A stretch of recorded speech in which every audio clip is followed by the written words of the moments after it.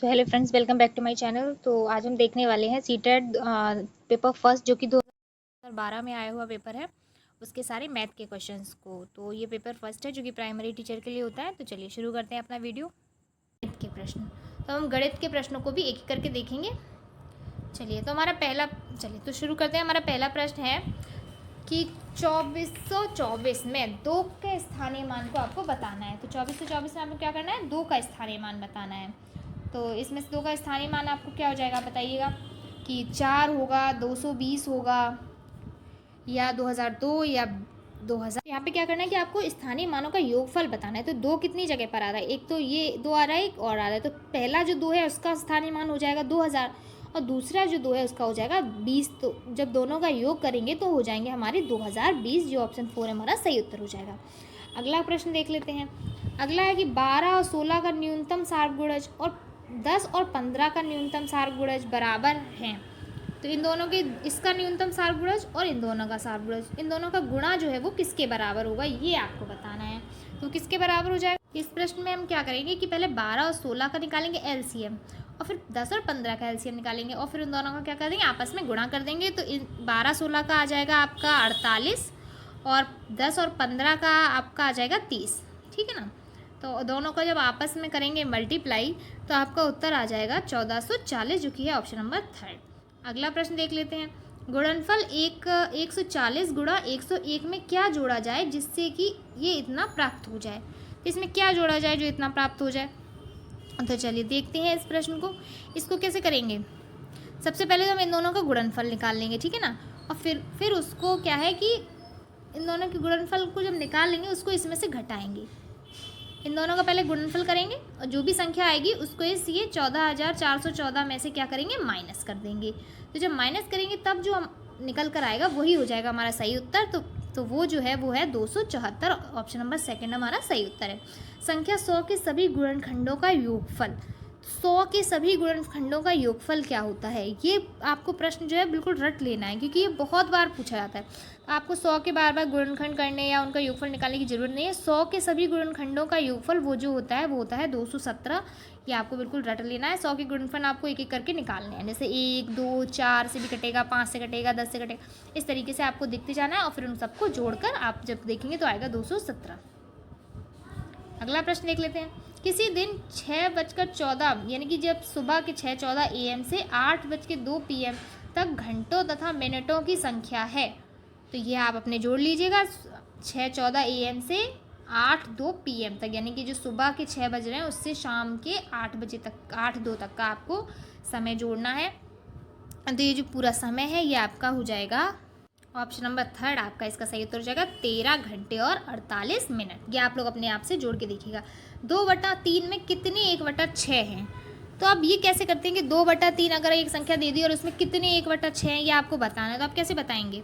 इसमें क्या करना है, आपको 2/3 में जो है भाग दे देना है 1/6 का। तो इससे हमें पता चल जाएगा कितने 1/6 हैं। तो भाग में क्या होती है कि ऊपर जाके संख्या पलट जाती है ना। तो इस तरीके से आपका क्या हो जाएगा कि 2/3 गुणा 1/6 की जगह हो जाएगा, गुणा में जब आ जाएगा तो पलट जाएगी, तो 6/1 हो जाएगा। तो ये आगे, ये 3 से ये कट गया 2 बार, तो 2 दूनी 4, यानी कि ऑप्शन 3 जो है हमारा आंसर हो जाएगा 4। ये इसका सही उत्तर हो जाएगा। अगला देख लेते हैं कि 12, 10, 12 को 12 से भाग करने पर शेषफल क्या होगा। तब इसको 12 से भाग कर आप लोग देखिएगा। तो ये तो बहुत ही आसान प्रश्न है। शेषफल जो है हमारा वो 4 हो जाएगा। आगे निम्नलिखित से कौन सा सही नहीं है। कौन सा सही नहीं है, 1 पैसा जो है वो ऐसे होता है 0.01। बताइए कौन सा इसमें से सही नहीं है। या फिर 1 और आधा दर्जन 18 होते हैं, 1 दर्जन होते हैं 12, और आधा दर्जन 6 और हो गए तो 18। ठीक है। 1 मिलीलीटर 0.1 सेंटीमीटर के बराबर होता है। 1 मिलीलीटर 0.1 सेंटीमीटर के बराबर होगा या नहीं होगा, ये सभी लोग आप लोग बताइएगा। ये प्रश्न आप लोगों के लिए ही है एक तरीके से। अगला है 3 लीटर 30 मिलीलीटर 330 मिलीलीटर के लिए बराबर हो जाएगा। तो इनमें से कौन सा सही नहीं है, यानी कि 3 लीटर में जो होते 1 लीटर में कितने मिलीलीटर होंगे। तो 1 लीटर में जो है 1000 मिलीलीटर होते हैं। तो 1000 ये और 30 ये, तो 3000 ये हो जाएंगे, क्योंकि 3 लीटर है तो 3030 मिलीलीटर होने चाहिए थे, और यहाँ दिया गया है 330। तो यही वाला गलत है, तो यही हो जाएगा हमारा सही उत्तर, और बाकी ये तीनों है सही। आगे देख लेते हैं। एक चॉकलेट के 12 बराबर भाग है। मंजू ने इसका 1/4 भाग अंजू को, इसका 1/3 भाग सुजाता को और इसका 1/6 भाग फिजा को दिया। मंजू के पास अब चॉकलेट के बचे भाग को आपको बताना है। तो इसने क्या है, जितना इतना भाग वो देती गई ना, वो आपको एक एक करके निकालते जाना है कि उसने कितना भाग किसको दिया, जिस हिसाब से लिखा हुआ है उसी हिसाब से। तो जैसे देखिए, मंजू ने इसका क्या किया, 1/4 भाग अंजू को दिया है, तो 12 का 1 सेकेंड, हाँ, तो 12 का क्या है, 1/4 भाग दिया है, तो 12 का आप 1/4 निकाल लीजिए, तो कितना हो गया, 3 भाग दिया है, ठीक है ना। इसका 1/3 भाग सुजाता को, तो अब इसका 1/3, तो उसने सुजाता को कितना दिया है, उसने सुजाता को दिया है 1/3 भाग, तो 12 का आप करेंगे 1/3 निकाल लेंगे, तो 3 से जब करेंगे तो ये आ जाएगा 4, और इसका 1/6 भाग फिज़ा को दिया है, यानी कि 12 का ही 1/6 जो उसने दिया है वो फिज़ा को दिया है, यानी कि 2 भाग फिज़ा को दिया है। अब मंजू के पास अब चॉकलेट के बचे भाग, यानी कि 2, 3 और 4 भाग वो दे चुकी है, तो 2 और 3 कितने हो गए, 5 और 4 हो गया 9, तो 9 भाग उसने दे दिए, यानी कि 12 में से 9 भाग आपके निकल गए, तो मंजू के पास कितना भाग बचा, तो वो बचा है 3 भाग। तो ऑप्शन थर्ड जो है वो हमारा सही उत्तर हो जाएगा। अगला प्रश्न देख लेते हैं। एक संतरे का मूल्य 2.5 रुपया है, 3.5 दर्जन संतरों का मूल्य क्या होगा। तो एक संतरे का मूल्य कितना है, 2.5 रुपया, और संतरे कितने हैं, 3.5 दर्जन। 3.5 दर्जन, एक दर्जन में संतरे होते हैं, एक दर्जन में 12 वस्तुएं होती हैं, तो 3.5 दर्जन में जो हो जाएगी वो हमारी हो जाएंगी 42 वस्तुएं, ठीक है ना। तो और यानी कि 42 संतरे हो जाएंगे, और एक संतरे का मूल्य कितना है, 2.5 रुपये, तो यानी कि 42 संतरे का मूल्य कितना होगा, ये इस तरीके से आपका निकल आएगा। 2.50 से कर दीजिए मल्टीप्लाई, तो जो कि आ जाएगा 105। तो ऑप्शन सेकंड जो है हमारा बिल्कुल सही उत्तर हो जाएगा। आगे देख लेते हैं। 10 मीटर लंबाई वाले एक वर्गाकार कमरे के फर्श को वर्गाकार टाइलों से पूर्णतः ढकना है। यदि प्रत्येक टाइल की लंबाई 50 सेंटीमीटर हो तो आवश्यक टाइलों की न्यूनतम संख्या कितनी होगी। तो इसमें क्या है, वर्गाकार कमरा है ना, तो 10 मीटर लंबाई है, ठीक है। 10 मीटर लंबाई वाले वर्गाकार कमरे के फर्श को टाइलों से ढकना है, यानी कि प्रत्येक टाइल की लंबाई कितनी है, 50 सेंटीमीटर है, ठीक है ना। टाइल की लंबाई देखिए आप 50 सेंटीमीटर, टाइल का जो क्षेत्रफल सबसे पहले आप निकालेंगे, और क्या करेंगे कि कमरे का क्षेत्रफल निकालेंगे। तो कमरे का क्षेत्रफल और 10 मीटर दिया गया है, और ये है यहाँ पे सेंटीमीटर, तो हमें क्या करना है, सबसे पहले दोनों चीज़ें ही सेंटीमीटर में निकालनी है। तो 1 मीटर में कितने होते हैं, 100 सेंटीमीटर, यानी कि 10 मीटर में कितने हो जाएंगे, 1000 सेंटीमीटर, ठीक है ना। अब हम करेंगे इसका, सबसे पहले निकालेंगे कमरे का फर्श का जो क्षेत्रफल है, तो क्षेत्रफल क्या होता है, लंबाई गुणा चौड़ाई कर देंगे, तो 1000 गुणा 1000, और इसमें भाग दे देंगे टाइल के जो क्षेत्रफल है, तो यानी कि 50 गुणा 50। इस तरीके से जो है हमारा ये आ जाएगा आंसर। तो हमारा जो आंसर आएगा वो आ जाएगा 400। ये आप लोग कट करके देखिएगा, 0 से 0 कट जाएंगे इस तरीके से, और ये 5 से इस वाले को काट दीजिए, इस 5 से इसको काट दीजिए, ठीक है ना। इस तरीके से आ जाएगा हमारा 400। तो ऑप्शन जो है थर्ड हमारा सही उत्तर हो जाएगा। अगला प्रश्न देख लेते हैं। 2 वर्गों की परिमाप 12 सेंटीमीटर तथा 24 सेंटीमीटर है। बड़े वर्ग का क्षेत्रफल छोटे वर्ग के क्षेत्रफल का कितने गुना है। तो 2 वर्गों का परिमाप दे दिया गया है अलग अलग, तो बड़े वर्ग का जो क्षेत्रफल है वो छोटे वर्ग के क्षेत्रफल का कितने गुना है। देखिए सबसे पहले ना दोनों के हमें क्षेत्रफल पता होने चाहिए। तो छोटे वर्ग का परिमाप है 12, यानी कि छोटे वर्ग की जो भुजा है वो हम, यानी कि परिमाप क्या होता है, 4 गुणा भुजा हो जाता है ना, 4a, मान लीजिए भुजा a मान लेते हैं, तो 4a हो गया परिमाप। तो वर्ग 4a बराबर 12 दिया गया है, तो a आ गई 3 सेंटीमीटर, यानी कि छोटे वर्ग का क्षेत्रफल क्या हो जाएगा, क्षेत्रफल होता है भुजा स्क्वायर, यानी कि 3 का वर्ग यानी कि 9 आ जाएगा, है कि नहीं। अगर 4a बराबर है 12 तो a बराबर हमारा आ गया 3, तो छोटे वर्ग का हमारा जो क्षेत्रफल है वो क्या आ जाएगा, a का स्क्वायर यानी कि 3 का वर्ग, तो आ जाएगा 9। और इसी तरीके से हम बड़े वर्ग का भी देख लेंगे जो कि है 24। तो जो अगर इसका परिमाप 24 है तो यानी कि बड़े वर्ग की भुजा b मान लेते हैं, तो 4b बराबर 24, तो यानी कि b बराबर क्या आ जाएगा इसी तरीके से, तो b बराबर जब 4 से भाग देंगे तो हमारा जाएगा 6। तो बड़े वर्ग का भी b स्क्वायर कर लेते हैं, बड़े वर्ग का भी क्षेत्रफल यानी कि 6 का वर्ग यानी कि 36, 6 का वर्ग होता है 36। तो हमें दोनों वर्गों की क्या पता चल गया, क्षेत्रफल पता चल गया। तो कितने गुना ज़्यादा है, तो आप देख लीजिए, एक का है 9 और ये है 36, तो 9 और 36 में आप बता सकते हैं अभी कितने गुना ज़्यादा है, तो 9 चौक 36 होता है यानी कि 4 गुना ज़्यादा है। 9 4 36 होते हैं ना, तो यही हो जाएगा 4 गुना ज़्यादा। ऑप्शन थर्ड हमारा सही उत्तर हो जाएगा। अगला प्रश्न है, किसी आयताकार बक्से की आंतरिक लंबाई, चौड़ाई तथा ऊंचाई क्रमशः 10 सेंटीमीटर, 8 सेंटीमीटर और 6 सेंटीमीटर है और इतने सेंटीमीटर घनों को पैक करने के लिए कितने बक्सों की आवश्यकता होगी। तो घनों को पैक करने के लिए कितने बक्सों की आवश्यकता होगी, तो हम क्या करेंगे, इसमें भी वही क्षेत्रफल वाला ही काम करना है। सबसे पहले आपको क्या करना है, पूरे आयताकार बक्से को देखना है, ठीक है ना। तो सबसे पहले आप क्या करिए कि आयताकार बक्से का निकाल लीजिए। उसके बाद क्या करना है, तो जब आप एक बक्से का पूरा निकाल लेंगे ना आयतन, तो एक बक्से का आयतन कैसे निकलेगा, लंबाई गुणा चौड़ाई गुणा ऊंचाई, तो ये तो पूरा आप इस तरीके से निकाल लीजिएगा, ठीक है ना। और आपको बताया गया है कि 6240 सेंटीमीटर घनों को पैक करने में कितने बक्सों की आवश्यकता है, तो ये तो एक बक्से का हो गया ना। तो इसको क्या करेंगे, 6240 में कर देंगे भाग, तो आपका आ जाएगा सही उत्तर कि आपको कितने बक्सों की आवश्यकता होगी। तो वो इसका जो आंसर निकल कर आएगा वो आएगा 13। तो ऑप्शन बी हमारा सही उत्तर हो जाएगा। अगला प्रश्न देख लेते हैं, 4 और 1/3 समकोण में डिग्रियों की संख्या है। तो 4 और 1/3 समकोण, इसमें आपको क्या बतानी है, डिग्रियों की संख्या बतानी है। ये क्वेश्चन थोड़ा सा आपको, ये क्वेश्चन जो है वो थोड़ा सा नया लग रहा होगा ना। हाँ, ये क्वेश्चन थोड़ा सा नया है बाकी क्वेश्चंस की अपेक्षा में। कुछ क्वेश्चंस ऐसे आ जाते हैं अलग, जबकि ये क्वेश्चन सिर्फ देखने में ही मतलब कठिन लग रहा है, जबकि ये है तो बहुत ही आसान। देखिए अभी ये कैसे होगा, इन्होंने क्या बोला, 4 और क्या है 1/3 समकोण। 4 समकोण में कितनी डिग्री है और 1/3 समकोण में, कि इनमें डिग्रियों की संख्या नहीं कि आपको 4 समकोण और 1/3 दोनों में डिग्रियों की संख्या को जोड़ के बताना है। तो एक समकोण कितने का होता है, समकोण होता है आप जानते हैं 90 डिग्री का। जब एक समकोण 90 डिग्री का है तो 4 समकोण में कितनी डिग्री हो जाएंगी, 4 गुणा 90 यानी कि कितनी हो गई, 360 डिग्रियाँ हो गई है ना। और जब एक समकोण में 90 डिग्री है तो 1/3 समकोण में कितनी डिग्रियाँ हो जाएंगी, यानी कि इसमें 1/3 कर देंगे इसका, यानी कि 3 से भाग दे देंगे, तो ये कितनी हो जाएंगी, तो ये हो जाएगी 30 डिग्रियाँ, यानी कि 360 में 30 डिग्री हम और ऐड कर देंगे, तो ये हमारी कितनी डिग्रियाँ बनकर आ रही हैं, तो ये हो गई हमारी 390 डिग्रियाँ। ऑप्शन फर्स्ट हमारा सही उत्तर हो जाएगा। देखिए कितना आसान प्रश्न था, पर उसकी भाषा इतना घुमा कर लिखी गई थी। एक आकृति में प्रत्येक वर्ग की भुजा 1 सेंटीमीटर, छायांकित भाग का क्षेत्रफल वर्ग सेंटीमीटर में आपको बताना है। तो इस प्रश्न का जो सॉल्यूशन है वो थोड़ा सा लॉन्ग हो जाएगा, तो अभी के लिए हम क्या कर रही हूँ, इसका ना मैं आपको आंसर बता दे रही हूँ, फिर आप लोग इसको सॉल्व करिएगा। अगर आपको नहीं आता है तो कमेंट बॉक्स में मुझे बता दीजिएगा, इसके तो मैं आपको इसका सॉल्यूशन करवा दूँगी। तो इस प्रश्न का जो सही उत्तर हो जाएगा वो हो जाएगा ऑप्शन नंबर 3 10, क्योंकि अगर अभी बताऊँगी ना तो काफ़ी लंबा वीडियो हो जाएगा।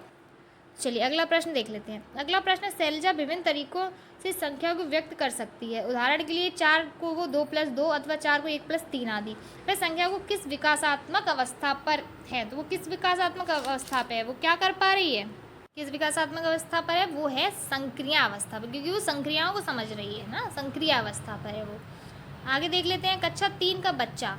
तो कक्षा 3 का बच्चा क्या है कि 482 को 482 पढ़ता है, लेकिन 482 को तो 482 पढ़ता है, लेकिन लिखता इस तरीके से, यह शिक्षक के लिए किस और संकेत करता है, तो इस 400 अलग से लिख दिया और उसने 82 अलग से लिख दिया, ये शिक्षक के लिए किस और संकेत कर रहा है। बच्चा कक्षा में एकाग्र नहीं और ध्यान से नहीं सुनता, बिल्कुल नहीं, ध्यान से नहीं सुनता तो 400 और 82 लिख ही नहीं सकता, उसने सुना तो है। बच्चा ध्यान से सुनता है लेकिन स्थानीय मान की समझ स्थापित नहीं कर पा रहा है। बच्चा ध्यान से सुनता है और लेकिन पर क्या है कि स्थानीय मान की उसको समझ नहीं, ये बिल्कुल सही उत्तर हो जाएगा हमारा। चलिए अगला प्रश्न देख लेते हैं।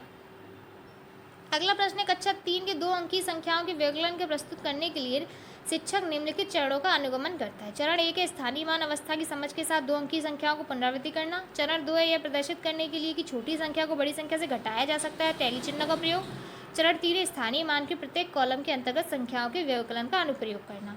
तो इस स्थिति में शिक्षक के पाठ का विकास कर रहा है। तो इस स्थिति में शिक्षक जो है किस प्रकार के पाठ का विकास कर रहा है, तो वो क्या कर रहा है, तो वे व्यवस्था संकल्पना, सबसे पहले क्या है व्यवस्था संकल्पना, उसके बाद है परिकलन, देखिए एक मिनट ऊपर कर लेते थोड़ा, व्यवस्था संकल्पना, उसके बाद क्या है परिकलन प्रक्रिया और फिर संक्रिया। तो इस प्रकार से वो कर रहा है। ऑप्शन 4 जो है हमारा सही उत्तर हो जाएगा।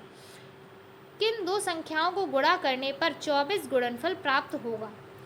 कुछ क्या पूछा गया है कि किन 2 संख्याओं का हम गुणा करें कि 24 गुणनफल प्राप्त हो। यह प्रश्न कैसा है, मुक्त अंत वाला प्रश्न है, क्योंकि इसके एक से अधिक उत्तर हो सकते हैं, है ना, या फिर ये क्या है कि बद्ध अंत वाला प्रश्न है, क्योंकि इसके निश्चित संख्या में उत्तर हैं, क्योंकि इसके क्या है कि निश्चित संख्या में उत्तर हैं।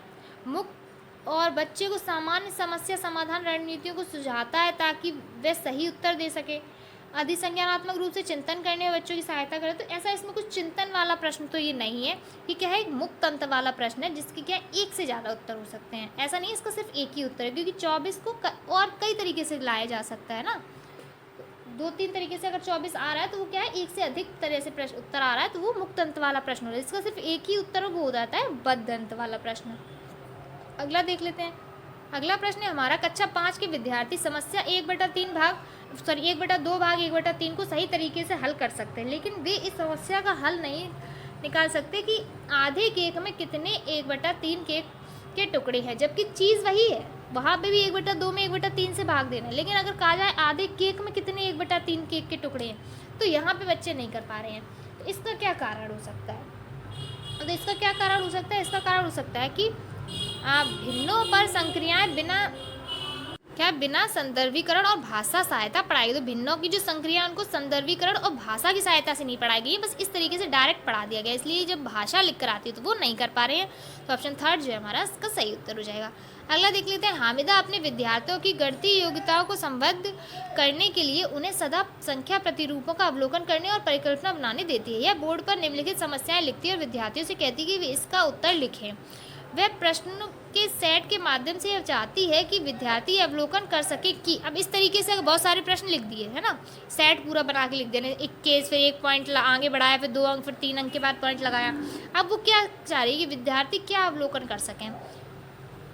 तो इस तरीके की जो समस्या लिखी जाती है तो ये चाहती है कि इसमें इसका जो सही उत्तर, मैं आपको डायरेक्ट सही उत्तर पर ही ले चलती हूँ। वे चाहती है यदि भाजक और भाज्य दोनों 10 की घात से बढ़ाए या घटाए जाते हैं तो भागफल समान रहता है ना। भाजक और भाज्य दोनों क्या है, 10 की घात से बढ़ाए या घटाए जाते हैं तो भागफल समान रहता है। इस तरीके की वो जो है बच्चों को बताना चाह रही है।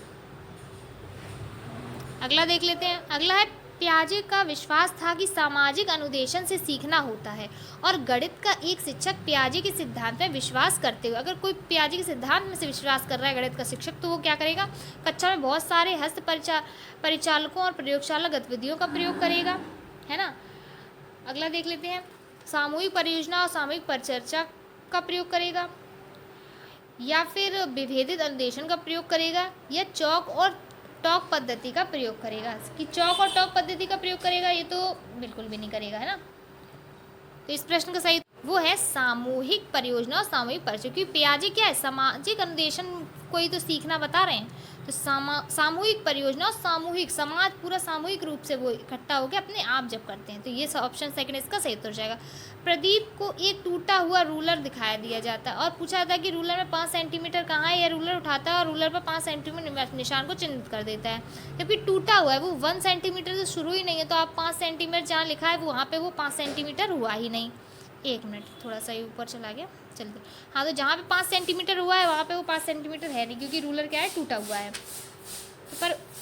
तो ये क्या है, ये सही है, ये वाला तो हो गई नहीं, गलत है, क्योंकि आप जानते हैं ये गलत है। क्यों गलत है? क्योंकि रूलर टूटा हुआ है और उसे 2 सेंटीमीटर से शुरू करना चाहिए था और 7 को चिन्हित करना चाहिए था, जो वांछनीय चिन्ह था। क्योंकि जहाँ से टूटा है वहाँ से तो उसको 1 मान के चलेंगे, फिर आगे और 5 गिनेंगे।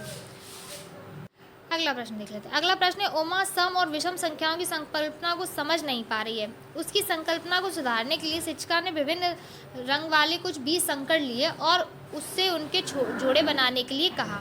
साथ ही 1 से 20 तक की संख्याओं को छांटने के लिए कहा, जिन अंकड़ों के जोड़े बन पाए और जिन जोड़ों नहीं बन पाए। तो उमा को क्या है, उमा को है व्यक्तिगत ध्यान की आवश्यकता। ऑप्शन 4 जो है हमारा बिल्कुल सही उत्तर हो जाएगा।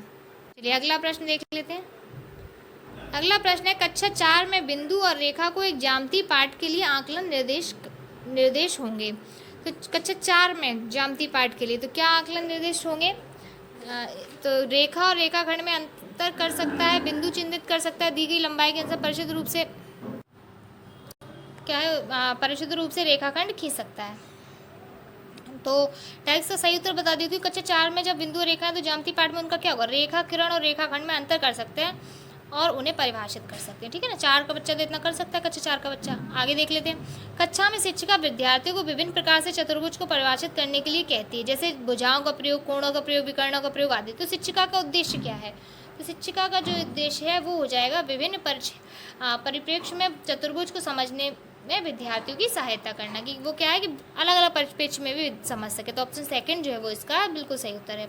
अगला प्रश्न है, विद्यार्थियों से ऊर्ध्वाधर सम्मुख कोणों के मध्य संबंध स्थापित करने के लिए कहा जाता है। वे कई आकृतियां खींचते हैं, कोणों को मापते हैं और ये देखते हैं कि ऊर्ध्वाधर सम्मुख कोण समान है। इस केस में वेन हिले के विचार के अनुसार तो विद्यार्थी क्या कर रहे हैं, ऊर्ध्वाधर सम्मुख कोणों के मध्य अंतर स्थापित करना है। अब खुद से ही वो कर रहे हैं, आकृतियां खींच रहे हैं, कोण नाप रहे हैं। तो इस तरीके से वो वेन हिले के अनुसार कैसे किस तरीके के हैं, तो इसका सही उत्तर है जो है विद्यार्थी विश्लेषणात्मक स्तर पर है। कौन से विश्लेषण कर रहे हैं, अपने आप माप के देखना, खींचना, टेढ़माई, ये सब है। चलिए अगला प्रश्न देख लेते हैं। अगला प्रश्न हमारा उच्च क्रमीय चिंतन कौशल पर आधारित प्रश्न की मांग करते हैं। तो उच्च क्रमीय चिंतन, अगर उच्च क्रम में चिंतन होगा तो किसकी मांग करेगी, तथ्य, नियमों और सूत्रों के ज्ञान, एल्गोरिदम का ज्ञान, संकेतों और चित्रों के ज्ञान, कुछ सीमा तक संज्ञानात्मक प्रयास और क्या है, संज्ञानात्मक प्रयास और ज्ञान। तो ये जब उच्च क्रमीय चिंतन है तो वो यही ऑप्शन 4 हमारा सही हो जाएगा कि कुछ सीमा तक संज्ञानात्मक प्रयास और ज्ञान। अगला प्रश्न देख लेते हैं। आंकड़ों के विश्लेषण संबंधी विद्यार्थियों की समझ का आकलन करने के लिए सर्वाधिक उचित रूपात्मक कार्य कौन सा है। तो सर्वाधिक उचित जो रूपात्मक कार्य है वो प्रश्नोत्तरी है, भूमिका निर्वाह है, वर्ग पहेली है, सर्वेक्षण आधारित परियोजना। तो कैसे आंकड़ों के विश्लेषण संबंधी विद्यार्थियों की समझ का हमें विकास करना। जो विश्लेषण का सबसे अच्छा विश्लेषण होगा वो कहाँ पे होगा, वो होगा सर्वेक्षण आधारित परियोजना में। ऑप्शन 4 हमारा सही उत्तर हो जाएगा। अगला प्रश्न देख लेते हैं। त्योहार के समय कक्षा 5 में प्रश्न प्रकरण के समय सेल पर कक्षाई चर्चा जो है शुरू की गई। कक्षा में इस प्रकार की चर्चा जो है वो क्या करेगी, तो वो करेगी एक दूसरे के विचारों को सुनने में विद्यार्थियों की सहायता करती है। क्या करती है, जब चर्चाएं होगी तो एक दूसरे के विचार सुनेंगे और अपना तर्क प्रस्तुत करने के लिए उन्हें प्रोत्साहित करती है। ऑप्शन फर्स्ट हमारा एकदम सही उत्तर हो जाएगा। चलिए आगे बढ़ते, आगे हमारे है तो इसके आगे भी हम अगली वीडियो में देखेंगे प्रीवियस ईयर में जो और भी सीटेट के आए हुए पेपर्स हैं, एक एक करके उन सभी के हिंदी, इंग्लिश, मैथ, एक एक करके सारे ही सब्जेक्ट कवर करते चलेंगे। तो इसके आगे का देखेंगे नेक्स्ट वीडियो में। तो अगर आपको वीडियो अच्छी लगी हो तो वीडियो को लाइक कर दीजिएगा और चैनल को सब्सक्राइब कर दीजिएगा। Thank you for watching.